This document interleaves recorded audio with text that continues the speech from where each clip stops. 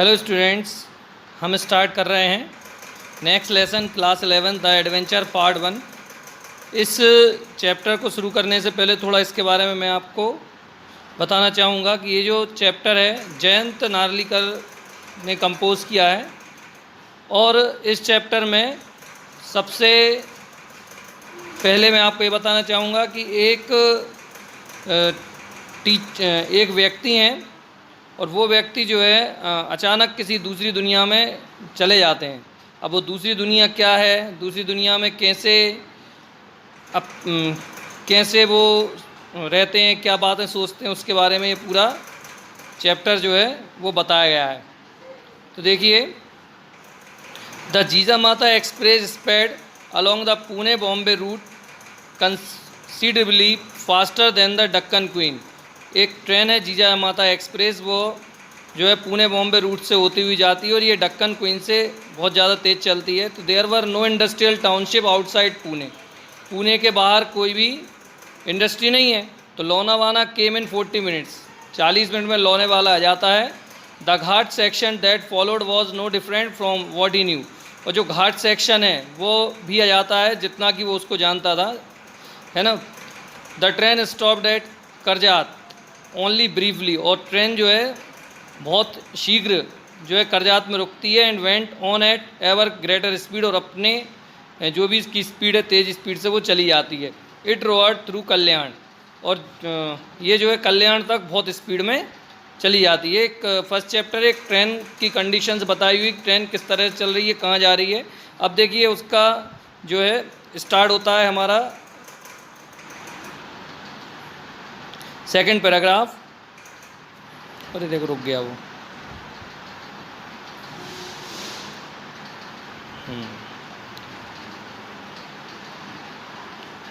Meanwhile the racing mind of Professor Gaitonde. मैंने आपको जो थोड़ी देर पहले बताया था कि भाई ये चैप्टर किसके बारे में है, ये है प्रोफेसर गायटोंडे के बारे में। तो वो उनके माइंड को पढ़ते हुए had arrived at a plan of action in Bombay. उनके पास जो है बॉम्बे पहुंचने पर उनको क्या काम करना था वो उन्होंने सोच के रखा था। इंडीड एज अ हिस्टोरियन, वो चूँकि एक इतिहासकार थे, तो he felt he should have thought of it sooner. तो उन्हें ऐसा लगा कि उन्हें यह पहले सोचना चाहिए था। He would go to a big library. पहले वो एक लाइब्रेरी जाएंगे, वहाँ पर हिस्ट्री की किताब देखेंगे। That was the surest way of finding out how the present state of affairs was reach.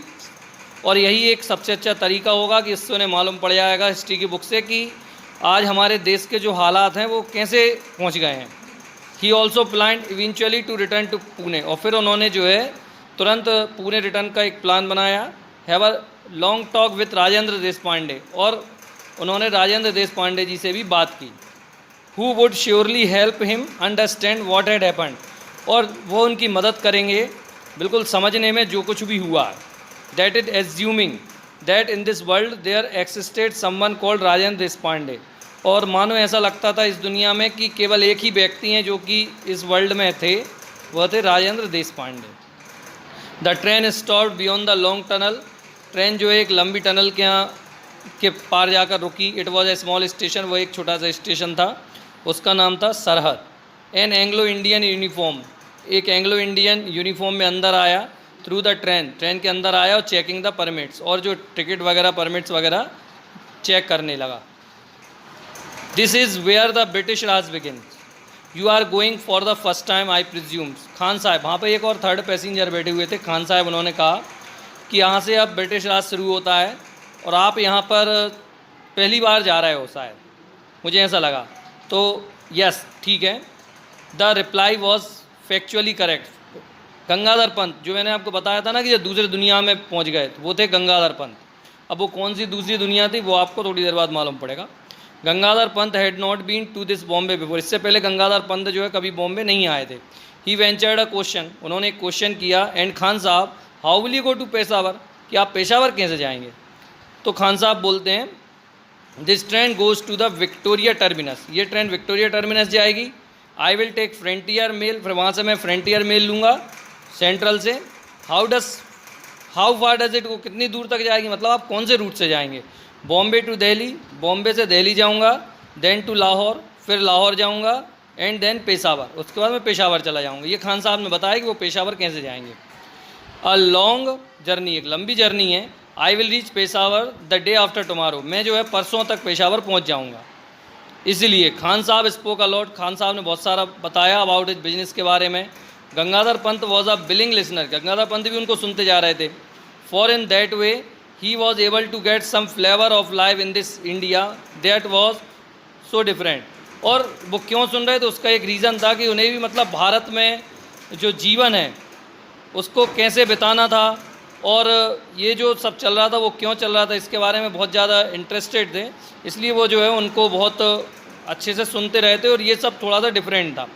The train now passed, अब ट्रेन गुजरी through the suburban rail traffic से।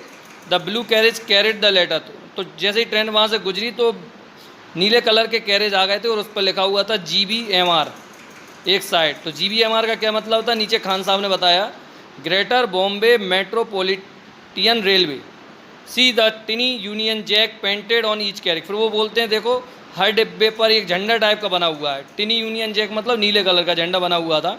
अ gentle reminder that we are in British territory, और इससे ये याद होता है कि हम जो है ना अब किस में हैं, ब्रिटिश टेरिटरी में है, मतलब अंग्रेज़ों के क्षेत्र में है। The train began to slow down, train धीरे धीरे रुक रही थी। कहाँ पर, दादर पहुँचते पहुँचते stop only at its destination, और वो एक अपने लक्ष्य पर रुकी, उसका नाम क्या था, Victoria terminus. The station looked remarkably neat and clean, station जो था वो साफ़ स्वच्छ था। स्टाफ जो था ना वो कैसा था, उसका एंग्लो इंडियंस था, पारसी लोग भी थे, और उसमें थोड़े बहुत ब्रिटिश ऑफिसर भी थे। As he emerge from the station, जैसे ही वो स्टेशन से आए, गंगाधर पंत ने अपने आप को देखा कि फेसिंग एन इम्पोजिंग बिल्डिंग, कि वो मतलब एक बिल्डिंग के सामने जा रहा था, और उस पर the letter on it proclaimed it identity to those who did not know this Bombay landmark, और जो उस पर कुछ शब्द लिखे हुए थे जो कि वो नहीं जानते थे कि वो बॉम्बे लैंडमार्क में, बॉम्बे के लैंडमार्क में है, ऐसे कुछ शब्द लिखे हुए थे। उसमें लिखा था East India house headquarters of the East India company, उस पर एक ये लिखा हुआ था कि ईस्ट इंडिया कंपनी का जो है हेडक्वार्टर्स है, मतलब ये बिल्डिंग उसको वहाँ पर मिल गई थी। Prepared as he was for many show, उसे बहुत शौक लगा। अब Professor Gaitonde had not expected this, Professor Gaitonde ने इसका एक्सपेक्ट नहीं किया था। East India Company had been bound up shortly after the events of 1857, उनको ऐसा लग रहा था कि ईस्ट इंडिया कंपनी जो है 1857 के बाद लगभग ख़त्म हो गई। तो at least this is what history book set, जो कि किताबों ने कहा था। येट हियर इट वॉज, परंतु यहाँ पर था नॉट ओनली अलाइव, यहाँ पर ईस्ट इंडिया कंपनी केवल जिंदा ही नहीं है बट फ्लोरिशिंग, जबकि वो फल फूल रही थी। So history had taken a different turn, तो उन्हें हिस्ट्री में एक डिफरेंट टर्न मिला। परहैप्स बिफोर 1857, लगभग 1857 के पहले। How and when had it happen, यह कब हुआ, कैसे हुआ। अब he had to find out, उनको इसको मालूम करना था। As he walked along Hornby Road, जैसे ही वो एक हॉर्नबाय रोड से चले, एज इट वॉज कॉल्ड, जैसा कि कहा जाता था, तो he found a different set of shops, उन्हें अलग तरह की दुकानें मिली, ऑफिस के बिल्डिंग्स मिले। There was no handloom house building, वहाँ पर कहीं हाथ से बनाने वाला हाउस की बिल्डिंग नहीं थी। इन स्ट्रीट, इसके बजाय देयर वर बूट्स, वहाँ पर जूतों की दुकान थी, वुलवर्थ डिपार्टमेंट स्टोर थे, और लेलॉट के ऑफिस थे, Barclays and other British bank, बहुत सारे ब्रिटिश बैंक थे। मतलब उसको जो भी दिख रहा था वो सब ब्रिटिश वाला दिख रहा था। As an a typical high street of a town in India, और उसको ऐसा लग रहा था जैसे कि वो इंग्लैंड की किसी स्ट्रीट में हो। ही turn right along home street, अब होम स्ट्रीट की तरफ से मुड़ा और एक फोर्ब्स बिल्डिंग में गया, और वो वहाँ पर कहता है English receptionist, I wish to meet Mister Vinay Gaitonde. Vinay Gaitonde जो उसके भाई थे, तो उनसे कहा कि मुझे विनय गायटुंडे से मिलना है। तो अब उसने she searched through the telephone list, उसने टेलीफोन लिस्ट में देखा, स्टाफ लिस्ट में देखा, सारी एम्प्लॉय की डायरेक्टरी में देखा, सभी ब्रांच में देखा। तो उसने सिर हिलाते हुए कहा, sir I am afraid I can't find any one of that name, मुझे बहुत दुख है कि मतलब मुझे इस प्रकार नाम का कोई आदमी नहीं मिल रहा है, ना तो यहाँ है और ना ही किसी ब्रांच में है। Are you sure he works here, आपको क्या पक्का मालूम है कि वो यहीं होगा। अब दिस वॉज अ ब्लो, एक झटका टाइप का था ये, नॉट टोटली अनएक्सपेक्टेड, परंतु वो अनएक्सपेक्टेड थे, मतलब उनको मालूम था ऐसा हो सकता है, इसलिए ऐसा मालूम था क्योंकि वो दूसरी दुनिया में थे। तो if he himself were dead in this world, हो सकता है कि वो इस दुनिया में ख़त्म हो गए हों। बहुत है ना, दुनिया में ख़त्म हो गए हों। What guarantee had he that his son would be alive, क्या गारंटी है कि वह और उसका लड़का जो है अलाइव हो, जिंदा हो। Indeed he may not even have been born, और ऐसा भी हो सकता है कि उसका अभी तक जन्म ही ना हुआ हो। ही थैंक द गर्ल पोलाइटली, उन्होंने लड़की को धन्यवाद दिया, बाहर आ गए। It was characteristic of him, ये उनका मतलब चरित्र था, नॉट टू वरी, कि वो चिंता नहीं करते थे, about where he would stay, वो जहाँ भी रहते थे। His main concern was to make his way to the library of the Asiatic Society to solve the riddle of history. अब उनका जो लक्ष्य था वो ये था कि लाइब्रेरी में जाना और ये जो इतिहास की जो समस्या बन गई है, इस समस्या को खोजना कि ये हो क्या रहा है। अब grabbing a quick lunch at a restaurant, अब उन्होंने जल्दी से हल्का फुल्का लंच किया रेस्टोरेंट में, और he made his way to the town hall, और वो टाउन हॉल की तरफ चले गए। और यस टू द रिलीफ, उनको रिलीफ हुआ कि टाउन हॉल वहीं पर था। It did house the library, वो लाइब्रेरी का ही एक हाउस था। He entered the reading room, वे रीडिंग रूम में गए और उन्होंने हिस्ट्री बुक्स के बारे में पूछा, और उनकी खुद की, वो खुद भी हिस्ट्री की किताबें लिखते थे, तो उन्होंने खुद की भी हिस्ट्री बुक्स मंगवा ली थी। His 5 volumes duly arrived on his table, 5 volume उनकी टेबल पर आ गए। वॉल्यूम का मतलब है 5 किताबें उनकी टेबल पर आ गई। He started from the beginning, और उन्होंने पढ़ना शुरू किया। Volume 1 took the history up to the period of Ashoka, volume 1 में उन्हें अशोका मिला, वॉल्यूम 2 में समुद्रगुप्त मिला, वॉल्यूम 3 में मोहम्मद गौरी मिला, वॉल्यूम 4 जो थी उसमें औरंगजेब की मृत्यु के बारे में पढ़ा, और सब कुछ पढ़ता गया और उसने वही हिस्ट्री मिल रही थी जिसके बारे में वो जानता था। और जो चेंज हुआ ना, जो भी चेंज था वो उसकी लास्ट वॉल्यूम हुआ, तो जो आखिरी की जो 5वीं किताब थी ना, उसमें उसको परिवर्तन मिला। रीडिंग वॉल्यूम 5, अब 5वीं जब वॉल्यूम को पढ़ा उसने दोनों तरफ से, फ्रॉम बोथ एंड्स इनवर्ट पढ़ा जब उसने, तो Gangadhar Pant finally covered on the precious moment where history had taken a different turn. जब पूरी गंगाधर पंत उसको पढ़ते जा रहे थे तो उन्होंने देखा उसको पढ़ते हुए कि हिस्ट्री ने जो एक टर्न ले लिया है। अब वो टर्न क्या था उसके बारे में अपन पढ़ते हैं। That page in the book, उस बुक में बैटल ऑफ पानीपत के बारे में, पानीपत की लड़ाई के बारे में बताया था। 3 लड़ाइयाँ हुई थी पानीपत की, तो तीसरी लड़ाई के बारे में चल रहा है। एंड इट मेंशन, उसमें बताया गया कि मराठाज वोन इट हैंडसमली, कि मराठा जीत गए, जबकि सबको मालूम है कि पानीपत की लड़ाई में मराठा हार गए थे, परंतु वो जो दूसरी दुनिया में पहुंचे थे ना, उसमें उन्हें ऐसा लग रहा था कि मराठा जीत गए। अब्दाली वॉज रूटेड, अब्दाली हार गया था। He was chased back to Kabul, उसको काबुल भगा दिया गया था। By the triumphant Maratha army, Maratha army के द्वारा। और मराठा आर्मी को लीड कौन कर रहा था? सदाशिव राव भाऊ लीड कर रहे थे, और उनके नेफ्यू विश्वास राव लीड कर रहे थे। मतलब विश्वास राव और सदाशिव राव ने जो अब्दाली था, अहमद शाह अब्दाली था, उसको भगा दिया था, ऐसा उन्होंने पढ़ा उसमें। The book did not go into a blow by blow account of the battle itself. अब परंतु जो किताब है ना, उसने जो बुक के जो बैटल था ना उसके बारे में पूर्णतः नहीं बता पाई। तो it elaborate in detail it's consequences for the power struggle in India. उसने जो है भारत में पावर स्ट्रगल के बारे में बताया, उसके परिणाम के बारे में बताया। तो Gangadhar read through the account avidly, the style of writing was unmistakably his, yet he was reading the account of for the first time. Gangadhar read through the account, Gangadhar ने पूरी बुक को अच्छे से पढ़ा, और उनकी जो राइटिंग थी, मतलब स्टाइल ऑफ राइटिंग थी ना, वो वही थी लगभग जैसी गंगाधर पंत लिखते थे, और वो अभी तक उसे वो पहली बार ही पढ़ रहे थे, ऐसा उनको लग रहा था। There victory in the battle was not only a great moral booster, ये जो विक्ट्री थी इसने एक न केवल एक मोरल बूस्टर दिया मराठास को, पर उन्होंने उसको ऐसा एस्टेब्लिश कर दिया उनकी सुप्रीमेसी को कि उन्होंने पूरे मराठाओं ने नॉर्थन इंडिया पर राज कर लिया। ईस्ट इंडिया कंपनी जो थी which had been watching this development from the side line, और ये जो डेवलपमेंट है उसको सब साइड लाइन से देखा जा रहा था, मतलब साइड से देखा जा रहा था। Got the message and temporary shaped its expansionist programme, और ईस्ट इंडिया कंपनी ने अपने सारे जितने भी प्रोग्राम थे जो कि वो वहाँ पर कर रही थी, वो सारे प्रोग्राम मराठा के चक्कर में बंद कर दिए थे, ऐसा उस किताब में लिखा हुआ था, पर ऐसा हुआ नहीं था कुछ। For the पेशवाज of immediate result, और इसके कारण पेशवा का मतलब जो रिजल्ट रहा वो क्या रहा? An increase in the influence of Bhanu Saheb, Bhanu Saheb का प्रभाव और विश्वास राव का प्रभाव रहा, और who eventually succeeded his father in 1780 AD, और 1780 में वो उसके पिता के उत्तराधिकारी बन गए। अब trouble maker Dada Saheb was relegated to the background and he eventually retired from state politics. वो अपने बैकग्राउंड में रहे और लगभग उनकी जो पॉलिटिक्स थी, दादा साहब उनके पॉलिटिक्स से रिटायर्ड हो गए। टू दिस इस डिसमे में the East India Company met its match in the new Maratha. अब ईस्ट इंडिया कंपनी ने जो है नए मराठा के साथ मैच किया, जो कि विश्वास राव थे।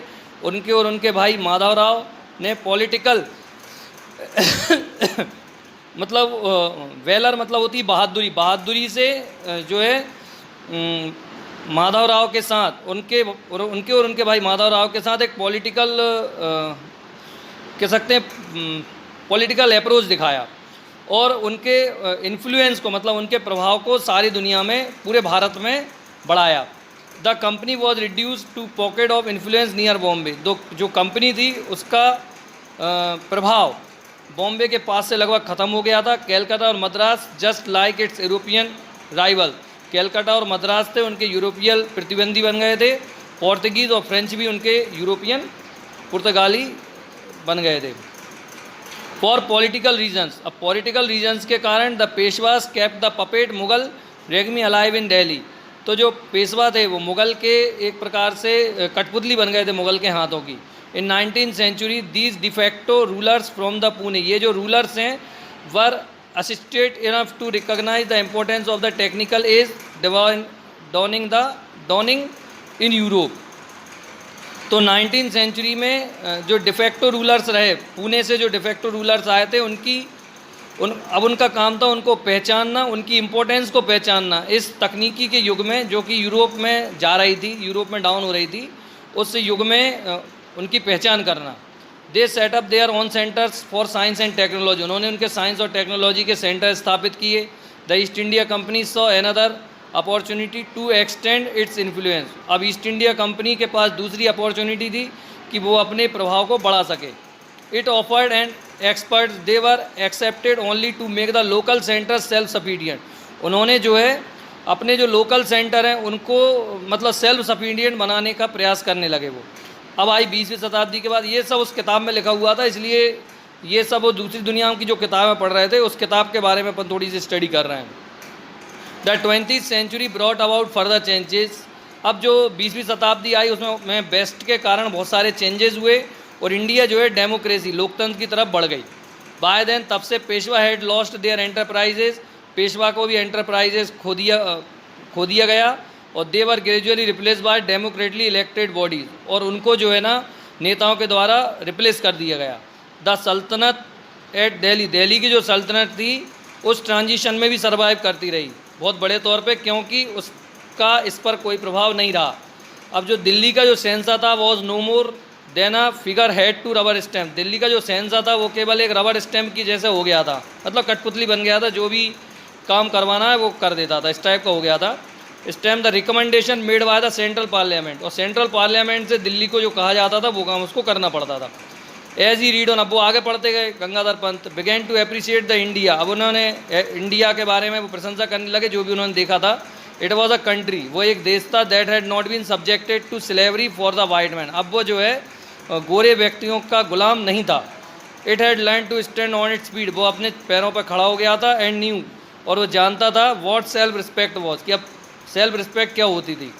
From a position of strength, अब स्ट्रेंथ की पोजीशन से, and for purely commercial reason से it had allowed the British, उन्होंने ब्रिटिश को अलाउ किया to return Bombay as a sole outpost on the subcontinent, कि बॉम्बे को बिल्कुल वो रिटर्न करें बिल्कुल सब कॉन्टिनेंट की तरह।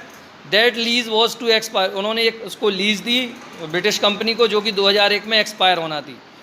According to a treaty of 1908 के हिसाब से।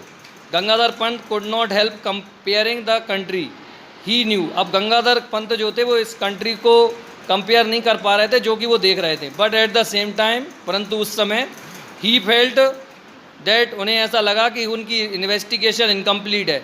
तो how did Maratha win the battle, अब मराठा कैसे जीत गए बैटल में। टू फाइंड द आंसर, इस आंसर को देखने के लिए he must look for accounts of the battle in self, अब उनको और भी किताब पढ़ना थी खुद की बैटल के बारे में। He went through the books, वो किताबों की तरफ गए। General before him at least among the book, और उन किताबों के बीच में he found one that gave in the clue, उन्हें कुछ मिला जो कि उन्होंने क्लू बना उसका। इट वॉज द भानु सेवांची बाखर, एक किताब थी उनको भानु सेवांची बाखर नाम की, वो मिल गई थी। Although he seldom relied on the bakhars for struggle evidence, यद्यपि वो जो थी वो इतिहास के सबूतों के ऊपर बताती थी वो, तो उन्होंने उसको एक एंटरटेनिंग के तौर पर पढ़ा और फिर बरीड इन द ग्राफिक में वो चली गई। But doctorate account he could not spot the जम ऑफ ट्रुथ, उन्होंने जो है उन्होंने सत्य का पता लगाया। He found one now in 3 line, उन्हें 3 लाइन मिली। विश्वास Rao had come being killed, जब विश्वास राव को बहुत क्लोजली मारा गया था उस समय की उन्हें 3 लाइन मिली। एंड देन विश्वास राव गाइडेड हिज हॉर्स, विश्वास राव ने अपने हॉर्स को कहा टू द मिली की तरफ जाने का। Where the elite troops were fighting, जहाँ पर ट्रूप्स लड़ रहे थे। ही अटैक देम, उन्होंने उस पर अटैक किया। गॉड वाज मर्सीफुल, गॉड बहुत दयालु था। A shot brush pass his year, एक गोली उनके बिल्कुल कान के पास से निकल गई। Even the difference of a till, बिल्कुल एक तिल राई के जितना सा डिफरेंस था, अगर वो डिफरेंस नहीं होता तो Vishwas Rao who have led to his death, Vishwas Rao की डेथ हो जाती। ऐसा कुछ उस बुक में लिखा हुआ था। At 8 o'clock the librarian politely reminded the professor that the library was closing for the day, 8 बजे लाइब्रेरियन ने प्रोफेसर से कहा कि अब ये लाइब्रेरी कंप्लीट बंद हो रही है। गंगाधर पंत इमन from his thought, Gangadhar Pant अपने थॉट से बाहर आए। लुकिंग अराउंड चारों तरफ देखा, उन्होंने देखा कि he was the only reader left in the magnificent hall, इतने बड़े हॉल में केवल वही बचे हुए हैं। आई बेग यू पार्डन, मुझे क्षमा करना sir. May I request to keep these books here for my use tomorrow, meaning क्या मैं इन बुक्स को कल के लिए रख सकता हूँ? बाय द वे आप कब खोलते हैं? तो उन्होंने कहा 8 o'clock पर खोलते हैं। लाइब्रेरियन मुस्कुराया। Here was a user and researcher right after his art, और उसको लाइब्रेरियन को काफ़ी अच्छा लगता है जब इस प्रकार के कोई मिलते हैं। तो as the professor left the table, जब प्रोफेसर ने टेबल को छोड़ा, ही शोड सम नोट, उन्होंने कुछ नोट्स अपने पॉकेट में रख लिए बिना जाने, मतलब उनको मालूम नहीं था कि उन्होंने उसके पॉकेट में कुछ रख लिया, और उन्होंने बाखर को भी अपने लेफ्ट पॉकेट में रख लिया। He found a guest house to stay, उन्होंने पास में एक गेस्ट हाउस मिल गया जहाँ पर वो रुके थे। He then set out for a stroll towards the Azad Maidan, फिर वो आज़ाद मैदान की तरफ चले गए। इन द मैदान he found the throng moving towards a pandal, उन्होंने देखा कि मैदान में एक भीड़ पंडाल की तरफ जा रही है, वहाँ पर लेक्चर होने वाला है। फोर्स अ हैबिट, उनकी चूँकि हैबिट थी गाय टुंडे की तरफ, तो वही पंडाल की तरफ चल पड़े। और lecture was in progress, lecture जो था चल रहा था। Although people kept coming and going, फिर भी लोग आ भी रहे थे और जा भी रहे थे, परंतु प्रोफेसर गाय टुंडे जो है उन ऑडियंस की तरफ नहीं देख रहे थे, और वह कंटिन्यू जो है उस मंच की तरफ देखे जा रहे थे। अब उम्मीद है कि आपको ये पार्ट 1 समझ में आ गया होगा। Thanks for watching this video. इसका नेक्स्ट पार्ट आपको जल्दी ही डाल दिया जाएगा। Thank you very much.